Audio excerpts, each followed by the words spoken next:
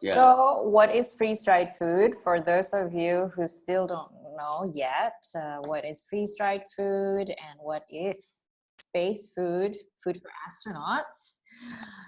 We present Dr. Sian Proctor, geoscientist, analog astronaut, space chef, with her own website, Meals from Mars. So she will share her experience at High Seas, which is a NASA-funded Mars simulation in Hawaii. And from that experience, she ended up creating Meals from Mars, right? And there you go, Dr. Sian. Please, the screen is yours. We all would love to learn from you. Well, hello, everybody. Thank you for having me. It's a real pleasure to be here to talk to you about my experience as an analog astronaut and what I've learned from living in Moon and Mars simulations about food, basically meals for the Moon, Mars, and beyond. And so we're really talking about not low Earth orbit, which is the ISS, which sits in microgravity. We're talking about, well, if we go to the Moon with a 16th of Earth's gravity versus Mars, a third of Earth's gravity, what does that mean for eating and cooking? And so when we talk about food in space and the history of food in space, what William was saying before about functionality, it came from food safety standards was the very beginning of food. I mean, you think about the first human in space, which was cosmonaut Yuri Gagarin, and basically what they were eating were things in a tube in the upper left-hand corner. Didn't know whether you could even swallow in zero gravity, things like that, because we'd never been there. We could only speculate. But the biggest concern in space exploration has always been about food safety and not getting astronauts food poisoning or sick on the International Space Station, or going to the Moon and eventually to Mars. So a lot of the food is very sterilized, pre-packaged, dehydrated, freeze-dried, or shelf-stable for a long period of time. They do send fresh food up to the International Space Station every time they do a resupply, but it's limited. And again, they have to eat it right away because it will go bad. One of the big staples on the International Space Station is tortillas. It's one of the few ways in which astronauts can take a already prepared, just add water and heat meal and actually creatively combine things to make something a little different than what is going to be pre-packaged. And so this is thinking about not only the history of food, but where we are right now with the International Space Station. So some of the research that's come out of NASA and other space agencies over the years that humans have been in space is about food preservation, something that was talked about by Dr. Martin earlier, and how important it is to preserve food, whether it's fresh or freeze-dried. What's the length in which we're going to be able to use that product? Health and nutrition, how do you keep the astronauts going, especially when you go into orbit and all of your fluids start to shift and food that you normally like, you don't like anymore because of changes in your nasal cavity and things like that. This leads to menu fatigue. And then one of the things that everybody has been touching on is the culture behind food. And so a lot of things that I like to look at has to deal with the psychology, culture, and mood associated with food.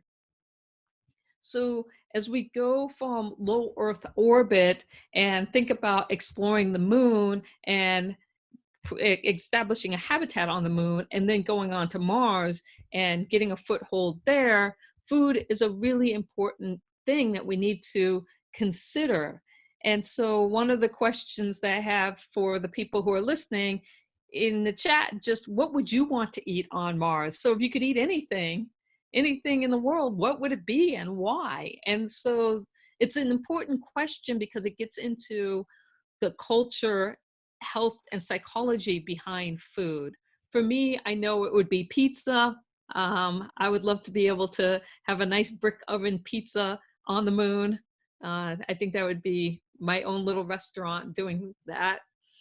And so the space agencies are really interested in the future of food. And as a result, NASA funded the High Seas missions. They started in 2013. This is a picture of the habitat. It's about 900 square feet, and it houses 6 individuals.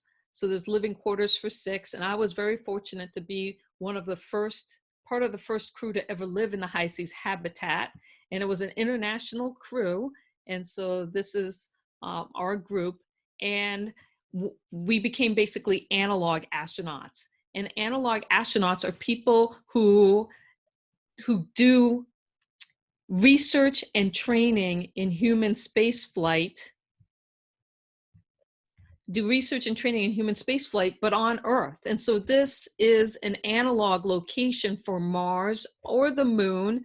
The High Seas habitat sits at about 8,000 feet on the slopes of Mauna Loa, and this is Mauna Kea on the Big Island of Hawaii. So very volcanic terrain, not a lot of vegetation. So again, putting in that mindset of that you're going to be on another planet.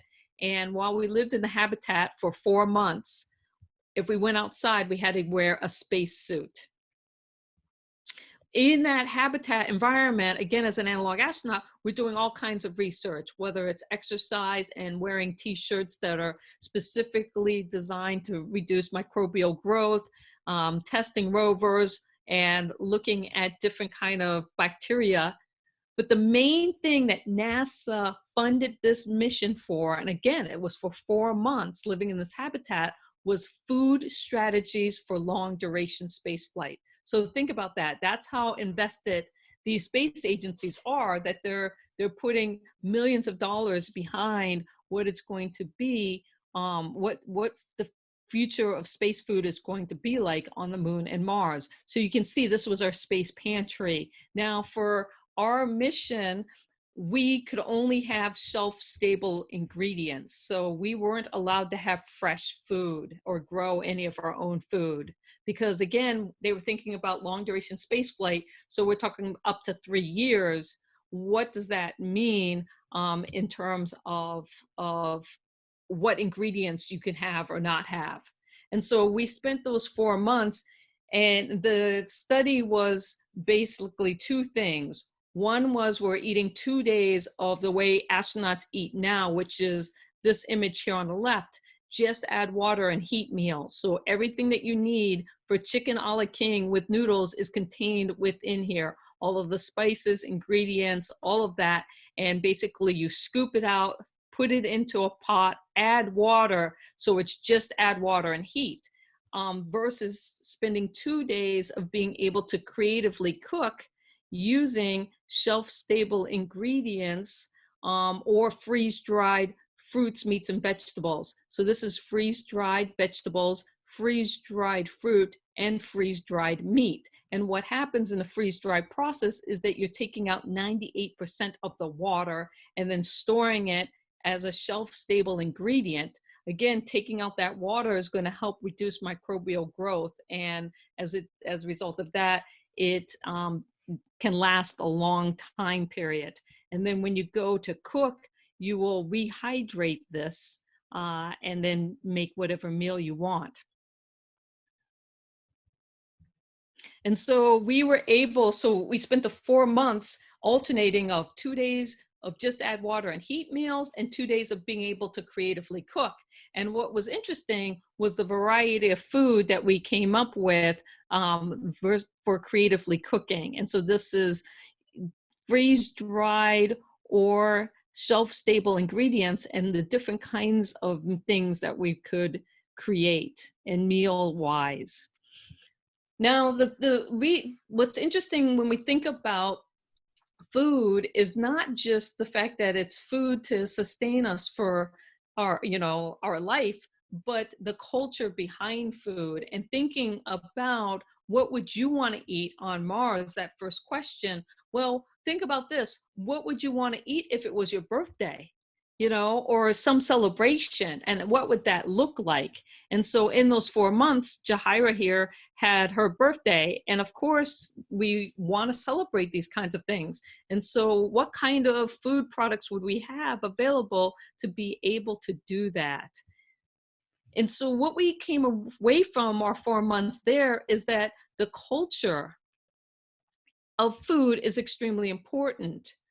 For instance, some of Oleg grew up in Russia until he was 12 and then came to the United States. So he brought in a lot of Russian dishes that he made using our space pantry, our shelf-stable ingredients.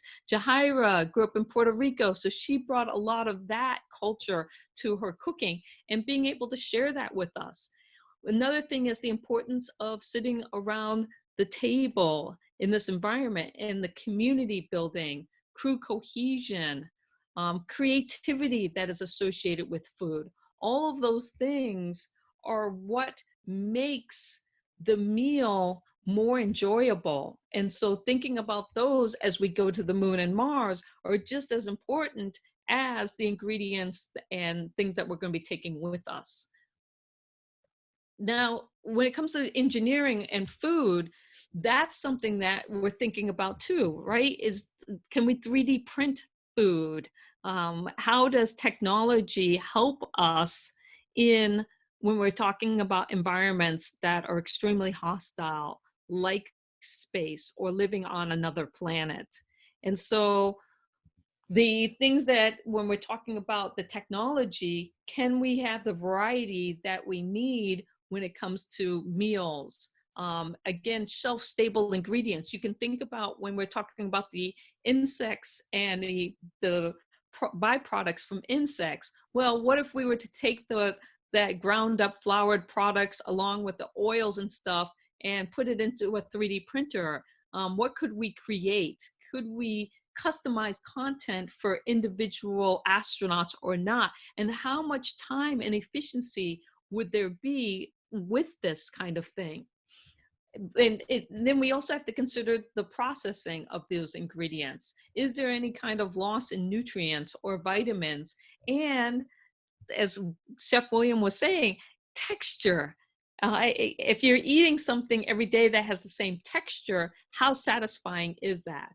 And so technology and food culture are things that are extremely important as we think about the future of food in space. I want to play this video for you right now that kind of illustrates some of the extreme thoughts when it comes to what we need versus what we want. So think about this. So what are you trying to do here?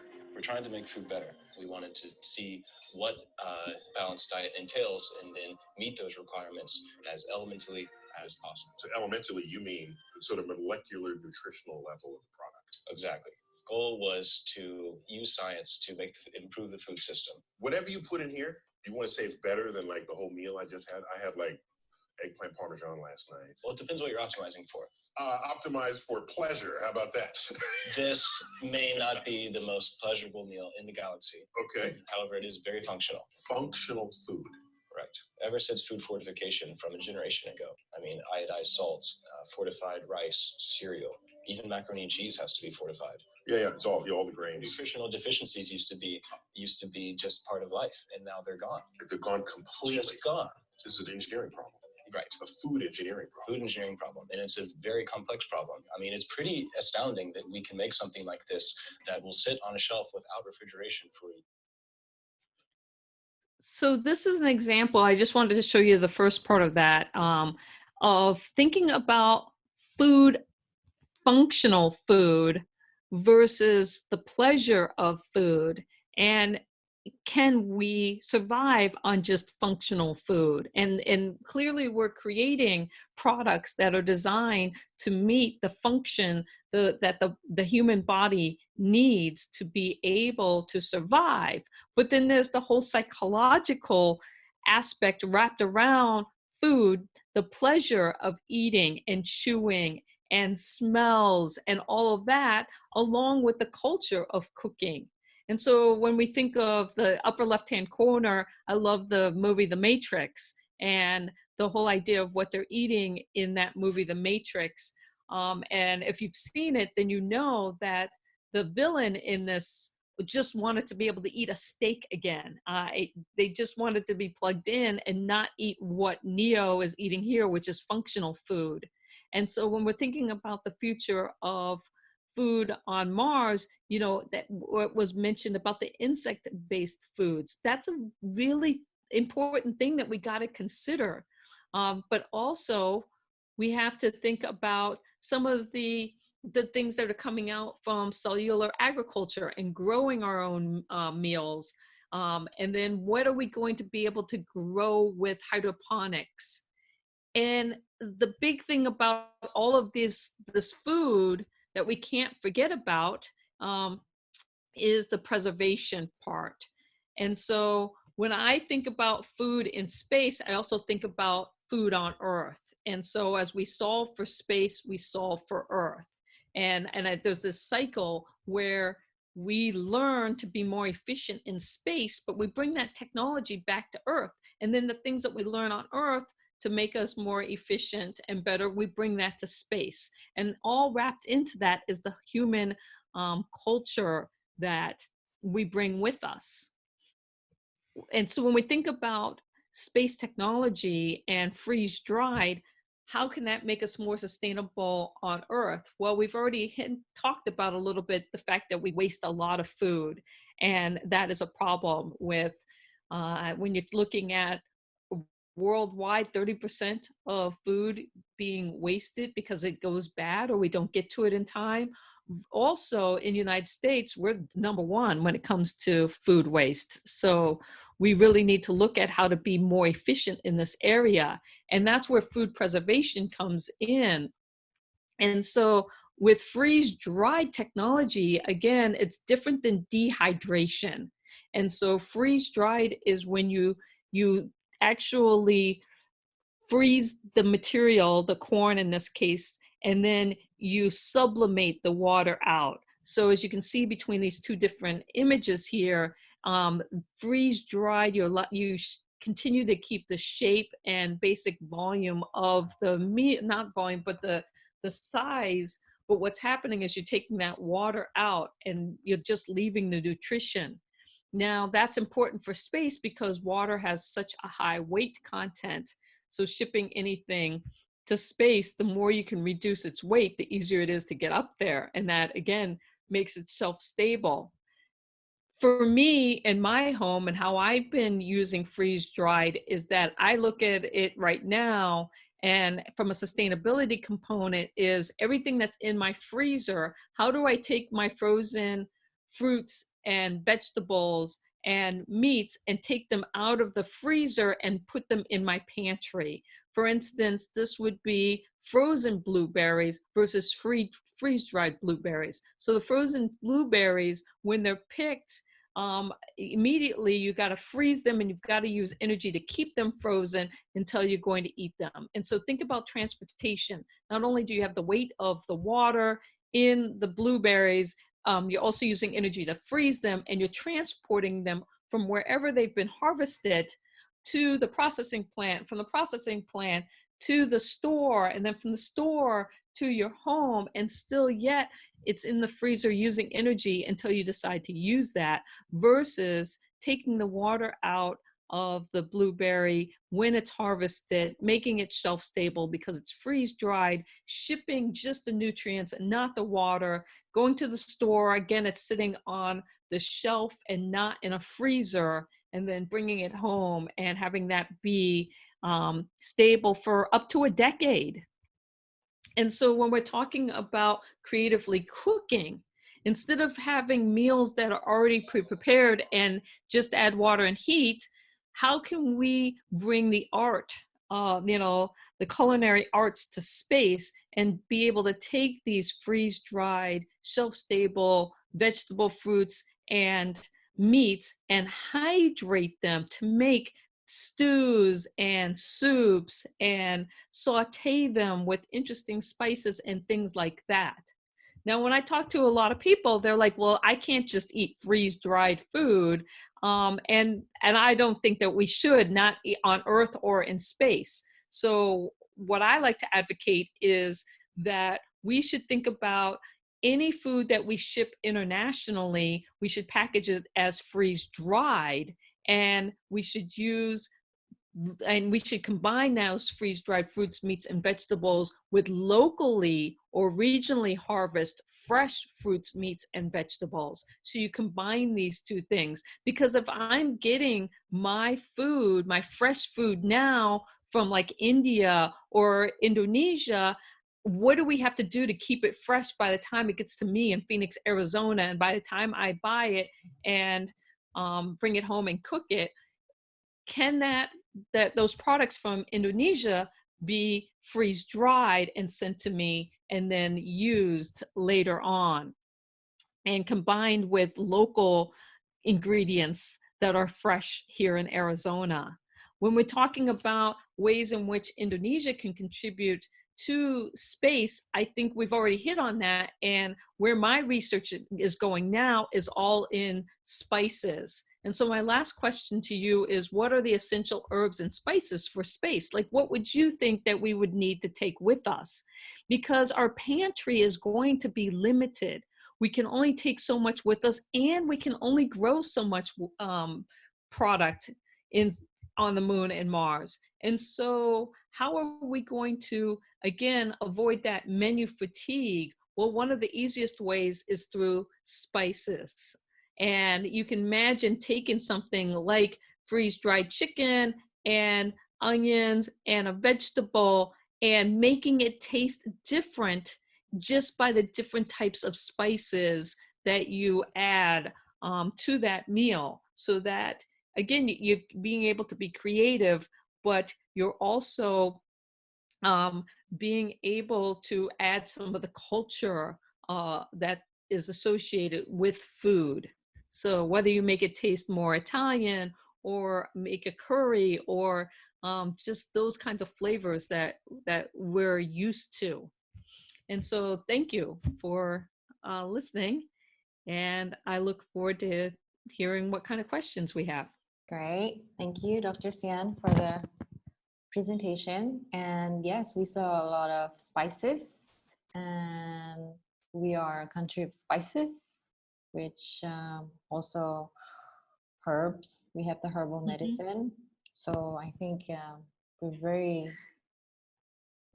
can select, so it can also, it's all functional. It's not just food, but it's also medicinal plant and also the spices, right? Yeah, I think we have a great selection of it here in Indonesia. And for this hot and spicy food, it's also, we've got plenty, just depending on the, spiciness level. Because speaking honestly, like European food, how long can you take European food for? You go to Europe, you get boring. You look for a Chinese restaurant after a week or something, like, even though the nasi goreng, the fried rice tastes so bad, but it's still like some soya sauce and the Asian taste, So you can only take French food, duck confit and pasta for some time, and then after that you go look for Asian food. I feel the same way with American food. I'm always thinking, okay, yeah, am I going to eat Asian? Am I going to eat Mexican? Am I going to eat? But American, every once in a while. Not only it's unhealthy, but Japanese also clean. But yeah, I mean, Japan with JAXA, they've developed a lot of space food for themselves as well. And with the ANA airline, I think it was funny how ANA airline created the space food for a flight to Houston.